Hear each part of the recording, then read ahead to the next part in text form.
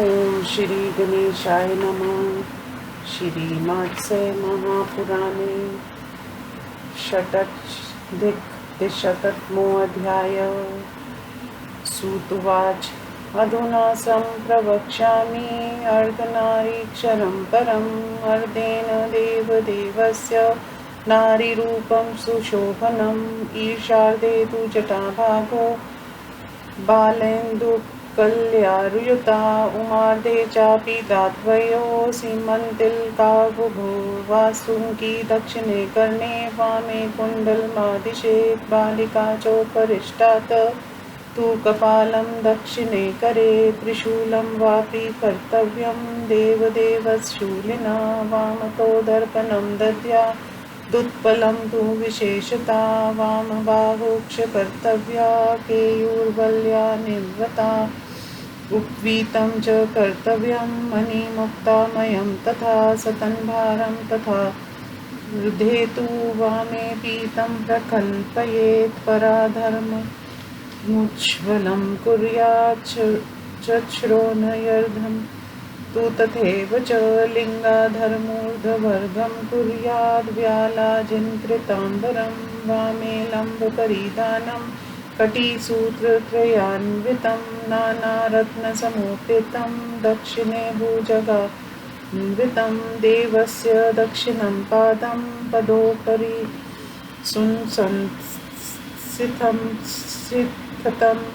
किञ्चिदूर्ध्व तथा वामाभूषितं नूपुरेण तु रत्नैर्विभूषितान् कुर्यादङ्गुलीष्वगुलीयकान् सालतकं तथा पादं पार्वत्या दर्शयेत् सदा अर्धनारीक्षरसेयेदं रूपं सिमुनुदाहृतम् उमामहेश्वरस्यापि लक्षणं शृणुत द्विजा संस्थानं तु तर्यो वक्षे लीलाललितविभ्रमम्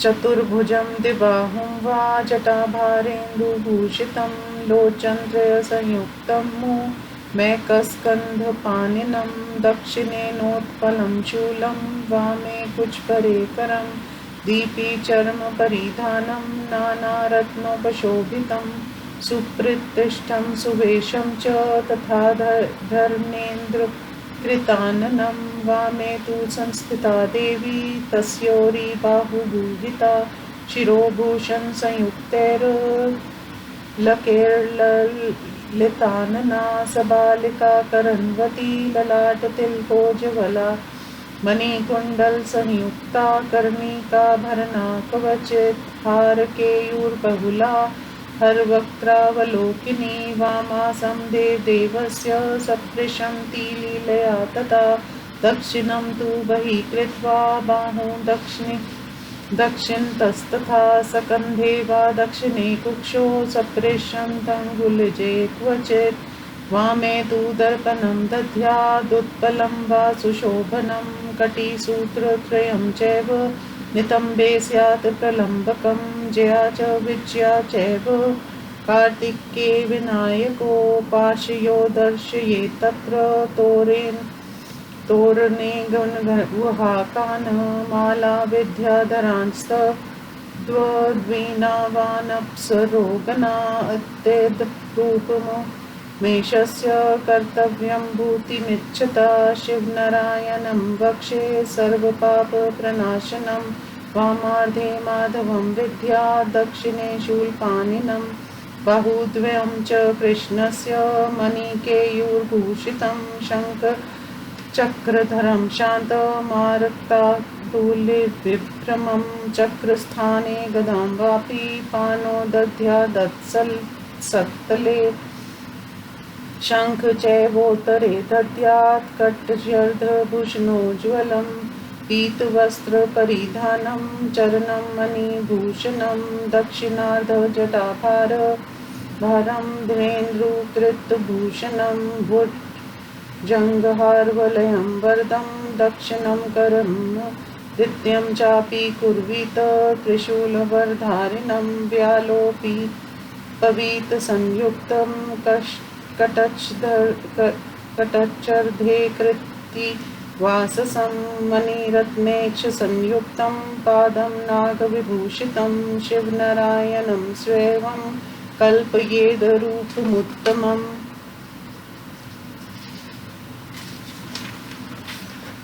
मरावाहं वक्ष्यामि पद्हस्तं गदाधरं तीक्ष्णं द्रष्टाग्रघोनास्यं मेदनी वाम कूर्परं दृष्टाग्रेणोद्वृतां दान्ताधर्मीमुत्पलान्वितां विस्मयोत्फुल्लवदनामुपरिष्टात् प्रकल्पये तक्षिणं कटिसंस्ततं तु करं तस्या प्रकल्पयेत् कूर्मोपरि तथा पाद्मेकं नागेन्द्रमूर्धनि संसूयमानं लोकेशे समन्तात् परिकल्पयेत् नारसिंहं तु कर्तव्यं भुजाष्टकसमन्वितं रौद्रं सिंहासनं तद्वद विदारितमुखे क्षणं सप्तपदपीनसटाकर्णं धारयन्ति ते सुतं विनिर्गतान्तर्जालं च दानवं परिकल्पयेत् वमन्तद्रुधिरं घोरं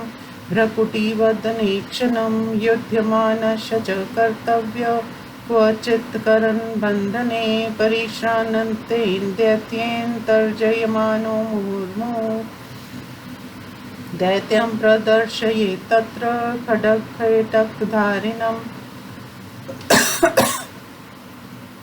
सतूयमानं तथा विष्णु दर्शयेदमराधिपे तथा त्रिविक्रम वक्षे ब्रह्माण्डकर्मणोल्बलं वनं पादपाक्षे तथा बाहुमुपरिष्टात् प्रकल्पयेत् अधस्ताद्वामनं त्वत् कल्पयेत् सकमण्डलुं दक्षिणे छत्रिकां दध्यान्मुखं दीनं प्रकल्पयेत् भृङ्गारधारिणं तद्वद्बलिं तस्य च पार्श्वता बन्धनं चास्य कुर्वन्तं गरुडतस्य दर्शयेत् मत्स्यरूपं तथा मत्स्यं कूर्माकृतिं नयसेत् एवं रूपस्तु भगवान् कार्यो नारायणो हरि ब्रह्माकमण्डलुधरा कर्तव्य स चतुर्मुखा हंसारूढकवचति कार्य कवचिच्च कमलासना वर्णता पद्यगर्भाभ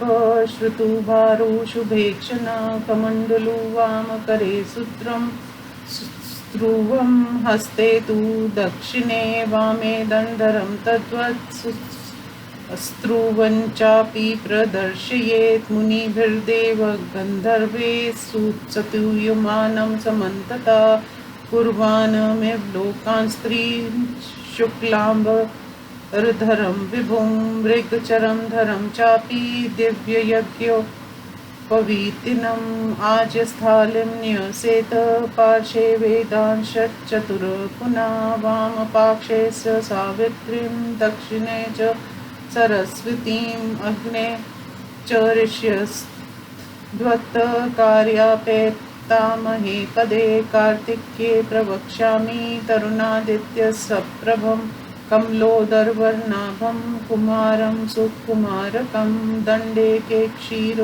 कैर्युक्तं मयूरवर्वाहनं स्थापयेत् स्वेष्नगरे भुजान् द्वादश कारयेत् चतुर्भुजा खवर्ते स्याद्वने ग्रामे दिबाहुका शक्तिपाशस्तथा खड्गं शरशूलं तथैव च वरदेक्षकहस्तस्यादच्चाभयदो भवेत् अते दक्षिणतो गेया केयूरकटकोज्ज्वला धनुपताका मुष्टिश्च तर्जनी तु प्रसारिता खेटकं ताम्रचूडं च वामहस्ते तु शस्यते द्विभुजस्य करे शक्तिवारमे स्यात् कुकुटोपरि चतुर्भुजे शक्तिपाशो वामतो दक्षिणे त्वसि वरदोभयदो वापि दक्षिणा स्यात् तु वीयका विनायकं प्रवक्ष्यामि गजवक्त्रं त्रिलोचनं लम्बोदरं चतुर्बाहुं व्यालयज्ञोपवीतिनं ध्वस्तकर्णं बृहत्तुण्डमेकदृष्टं पृथूदरं स्वदन्तदक्षिणकरे उत्पलं चापरे तथा मोदकं परशुं चैव वामतं परिकल्पयेत् धृत्वा क्षप्तवन्दनं पीनस्कन्धा गीर्पानिकं युक्तं तु सिद्धिबुद्धिभ्यामधस्तान् मुष्कान्वितं कातयायान्या प्रवक्ष्यामि रूपं दशभुजं तथा त्रयाणामपि देवानामनुकरानुकारिणीं जटाजूटसमायुक्तामर्धेन्दुकृतशेखरां लोचनयत्र संयुक्ता पूर्णेन्दुसदृशाननाम् अस्ति पुष्पवर्णाभां सुप्रीताष्टां सुलोचनां नव्यौवनसम्पन्ना सर्वाभरण भूषितां सुचारुदशनां त्वदत्पीनोन्नतपयोधरां त्रिभङ्गस्थानसंस्थानां महिषासुरमर्दिनीं त्रिशूलं दक्षिणे दद्यात् खड्गं चक्रक्रमादधात् तीक्ष्णवानं तथा शक्तिं वामतोऽपि निबोधता केटकं पूर्णचापं च पाशमङ्कषमेव च घण्टा वा परशुं वापि वामता सन्निवेशयेत् अध्यस्तान् महिषं तद्वद्विशीर्षकं प्रदर्शयेत्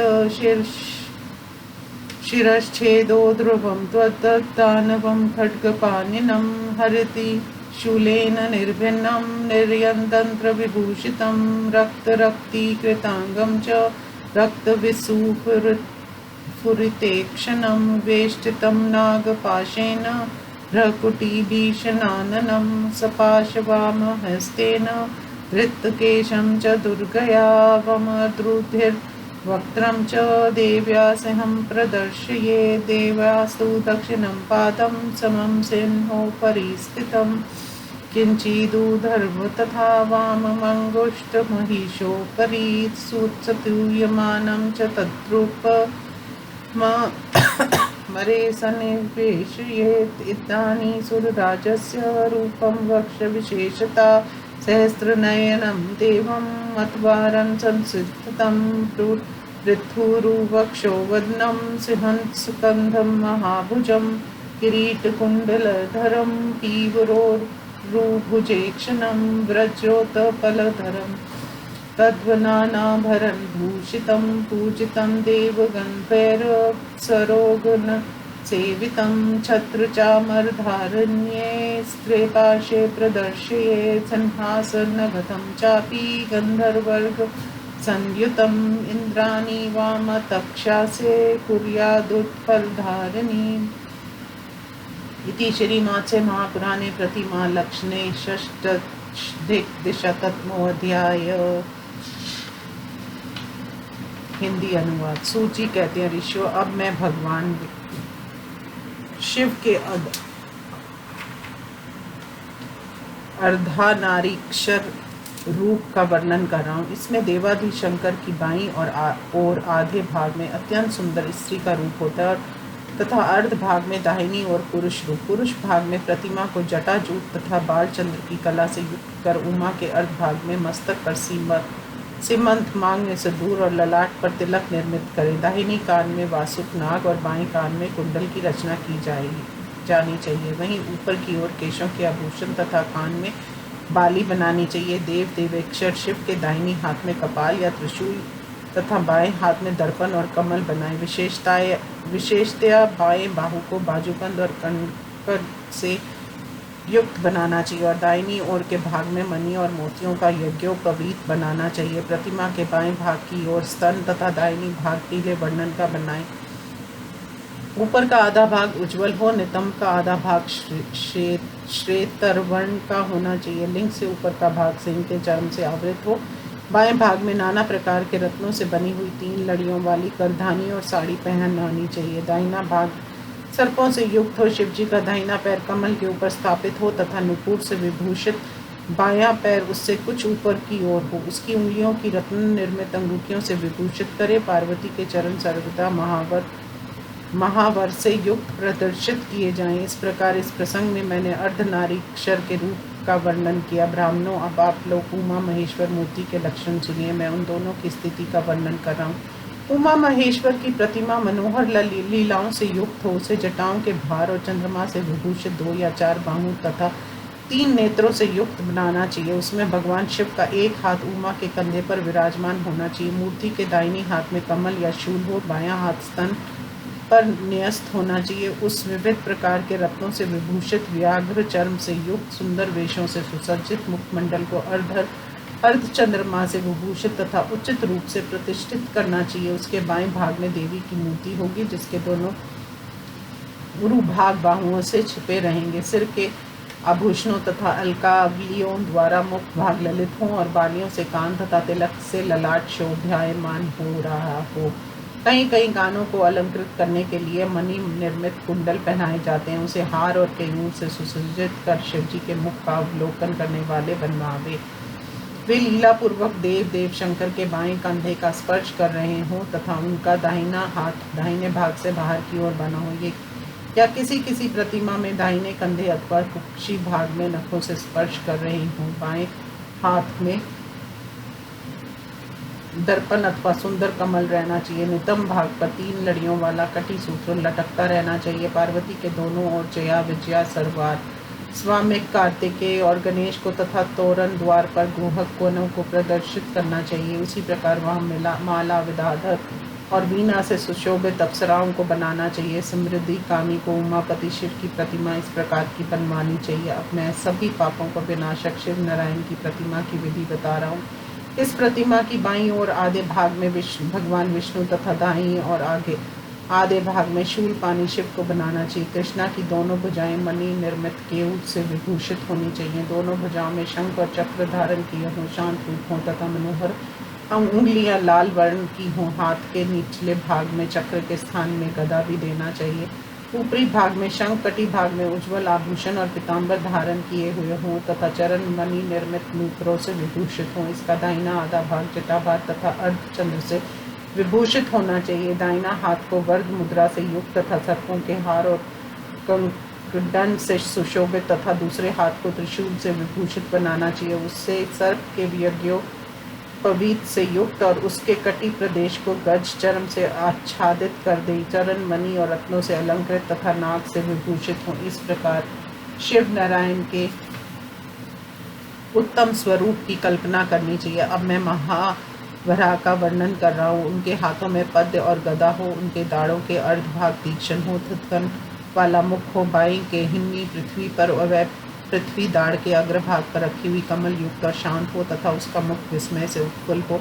ऐसी मूर्ति को ऊपर की ओर बनाना चाहिए। उस मूर्ति का दाहिना हाथ कटी प्रदेश पर हो, उनका एक पैर शेषनाग के मस्तक पर और दूसरा कूर्म पर स्थित हो तथा लोकपालगण चारों ओर से उनकी स्तुति कर रहे हो। ऐसी मूर्ति बनानी चाहिए। भगवान नरसिंह की प्रतिमा 8 भुजाओं से युक्त बनाई जानी चाहिए। उसी प्रकार उनका सिंहासन भी भयंकर हो, मुख पर नेत्र फैले हुए हों, गर्दन के लंबे बाल कानों तक बिखरे हों तथा वे नख से दितिपुत्र हिरण्य कश्यप को फाड़ रहे हों, जिसकी आंतें बाहर निकल गई हों, मुख से रुधिर गिर रहा हो, भ्रिकुटी मख और नेत्र विकराल हों। ऐसे दानवराज हिरण्यकशिप की मूर्ति बनानी चाहिए। कहीं नरसिंह प्रतिमा युद्ध के उपकरणों से युक्त दैत्यों से युद्ध करती हुई बनाई जाती है और कहीं थके हुए दैत्य से बारंबार धमकाई जाती हुई बनानी चाहिए। वहाँ दैत्य को तलवार और ढाल धारण किए हुए प्रदर्शित करना चाहिए तथा देवेक्षरों द्वारा स्तुति किए जाते हुए विष्णु को दिखाना चाहिए। अब मैं वामन का वर्णन कर रहा हूँ। वे ब्रह्मांड को नापने के लिए तत्पर दिखते हैं। उनके चरणों के समीप में ऊपर की ओर बाहु का निर्माण करें, उसके नीचे की ओर बाएं हाथ में कमंडलू धारण किए हुए वामन की रचना करें।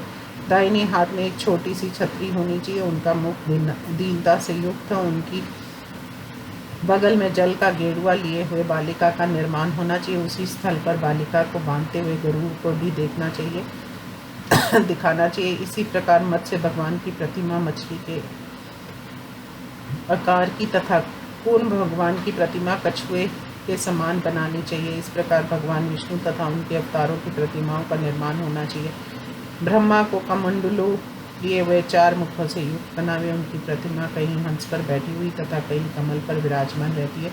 उनकी प्रतिमा कमल के भीतर भाग के समान अरुण 4 भुजाओं से युक्त और सुंदर नेत्र वाली हो। उनके नीचे के बाएं हाथ में कमंडलू और दाहिनी हाथ में स्त्रुवा हो। उनके रूप ऊपर के बाएं हाथ में दंड तथा दाहिनी हाथ में विस्त्रुवा धारण किए हुए प्रदर्शित करना चाहिए। उनके चारों ओर देवता गंधर्व और मुनिगणों द्वारा स्तुति किए जाते हुए दिखाना चाहिए। ऐसी भूमिका भी दिखाए मानो वे तीनों लोकों की रचना में प्रवृत्त हैं। वे क्षेत्र वस्त्रधारी ऐश्वर्य संपन्न मृग चर्म तथा दिव्य यज्ञोपवीत से युक्त हों। उनके बगल में आज्य थाली रहे और सामने चारों वेदों की मूर्तियां हों। उनकी दाईं ओर सावित्री, दाहिनी ओर सरस्वती तथा उनके अग्रभाग में मुनियों के समूह हों। अब मैं कार्तिकेय की प्रतिमा का वर्णन कर रहा हूँ। उनकी प्रतिमा को मध्यकालीन सूर्य की भांति परम तेजो में कमल के मध्य भाग के समान अरुण मयूर पर आरूढ़ दंडों और चीरों से सुशोभित सुकुमार शरीर से युक्त और 12 भुजाओं वाली बनानी चाहिए। उससे अपने इष्ट नगर में स्थापित करना चाहिए। खवट पर्वत के समीप के ग्राम में इनकी 4 भुजाओं वाली और अनबन अथवा ग्राम में 2 बाहु वाली प्रतिमा स्थापित करानी चाहिए। 12 भुजाओं वाली प्रतिमा में उनकी दाहिनी ओर के 6 हाथों में शक्ति, पाश, तलवार, बाण और शूल शोभ्यमान हो। एक हाथ में अभय मुद्रा अथवा वर मुद्रा बनानी चाहिए। सभी केयूर तथा कटक से विभूषित उज्ज्वल वर्ण के होने चाहिए। बाईं ओर के 6 हाथ क्रमश धनुष, पताका, मुष्टि फैली हुई तर्जनी, ढाल, मुर्गा इन वस्तुओं से युक्त और उसी वर्ण के होने चाहिए। 2 भुजाओं वाली प्रतिमा के बाएं हाथ में शक्ति और दाहिना हाथ कुकुट पर न्यस्त रहना चाहिए। चतुर्भुज प्रतिमा की बाईं ओर के 2 हाथों में शक्ति और पाश तथा दाहिनी ओर के तीसरे हाथ में तलवार हो और चौथा हाथ अभय अथवा वरद मुद्रा से युक्त हो। अब मैं गणेश जी की प्रतिमा का विधान बता रहा हूँ। उनकी प्रतिमा में हाथी सा मुख, 3 नेत्र, लंबा उदार, 4 भुजाएं, सर्प का यज्ञोपवीत, सिमटा हुआ कान, विशाल शुंड, 1 दांत और तोंद स्थूल हो। उनके ऊपर के दाहिनी हाथ में अपना दांत और निचले हाथ में कमल होना चाहिए। बाईं ओर के ऊपर हाथ में मोदक तथा निचले हाथ में परशु हों। बृहत होने के कारण मुख नीचे की ओर विस्तृत तथा स्कंद, पाद और हाथ मोटे होने चाहिए। वह सिद्धि बुद्धि से युक्त, उसके नीचे की ओर मूषक बना हो। अब मैं भगवती कात्यायनी की मूर्ति का वर्णन करूँ। वह 10 भुजाओं से युक्त, तीनों देवताओं की आकृति का अनुकरण करने वाली, जटाजूट से विभूषित, सिर पर अर्धचंद्र से सुशोभित, 3 नेत्रों से युक्त, पूर्ण चंद्र के समान मुख वाली, अलसी पुष्प के समान नील वर्णा, तेजोमय सुंदर नेत्रों से विभूषित, नए नव यौवन संपन्ना, सभी आभूषणों से विभूषित, अत्यंत सुंदर दांतों से युक्त, स्थूल एवं उन्नत स्थानों वाली, त्रिभंगी रूप से स्थित, महिषासुर नाशिनी आदि चिन्हों से युक्त हो। दाहिनी हाथों में क्रमश ऊपर से नीचे की ओर त्रिशूल, खड्ग, चक्र, तीक्ष्ण बाण और शक्ति तथा बाएं हाथों में ढाल, धनुष, पाश, अंकुश, घंटा अथवा परशु धारण कराना चाहिए। प्रतिमा के नीचे सिर रहित महिषासुर को प्रदर्शित करना चाहिए। वह दानव सिर कटने पर शरीर से निकलता हुआ दिख पड़े तथा हाथ में खड्ग, हृदय शूल से वज्रीन और बाहर निकलती हुई अंतड़ियों से विभूषित हो। वह रक्त से लथपथ शरीर वाला, विस्फारित लाल नेत्रों से युक्त, नागपाश से परिवेष्टित, टेढ़ी भ्रुकुटी के कारण भीषण मुखाकृति और दुर्गा द्वारा पाशयुक्त, बाएं हाथ से पकड़ा गया केश वाला हो। देवी के सिंह को मुख से रक्त उगलते हुए प्रदर्शित करना चाहिए। देवी का दाहिना पैर सिंह के ऊपर समान रूप से स्थित हो तथा बायां कुछ ऊपर की ओर उठा हो। उसका अंगूठा महिषासुर पर लगा हुआ हो। उनकी प्रतिमा को देवगणों द्वारा स्तुति किए जाते हुए दिखाना चाहिए। यहाँ से अष्टदिक्पाल या लोकपालों की प्रतिमा का वर्णन है। अब मैं देवराज इंद्र के रूप को विशेष रूप से कह रहा हूँ। 1000 नेत्रों वाले देवेंद्र को मत गयंत पर विराजमान बनाना चाहिए। उनके उरु, वक्ष, स्थल और मुख विशाल हों, कंधे सिंह के समान हों, उनकी भुजाएं विशाल हों, वह किरीट और कुंडल धारण किए हों, उनके जघन स्थल, भुजाएं तथा आंखें स्थूल हों, वे ब्रज और कमल धारण किए हों तथा विविध आभूषणों से विभूषित हों, देवता और गंधर्वों द्वारा पूजित और अप्सराओं द्वारा सेवित हों। उनके पार्श्व में छत्र और चामर धारण करने वाले स्त्रियों को प्रदर्शित करना चाहिए। वे सिंहासन पर विराजमान हों, उनकी बाईं ओर कमल धारण किए हुए इंद्राणी स्थित हों, वे गंधर्वों से घिरे हुए हों। इस प्रकार श्री मत्स्य महापुराण में प्रतिमा लक्ष्मण नामक 260वां अध्याय संपूर्ण। ओम नमः शिवाय।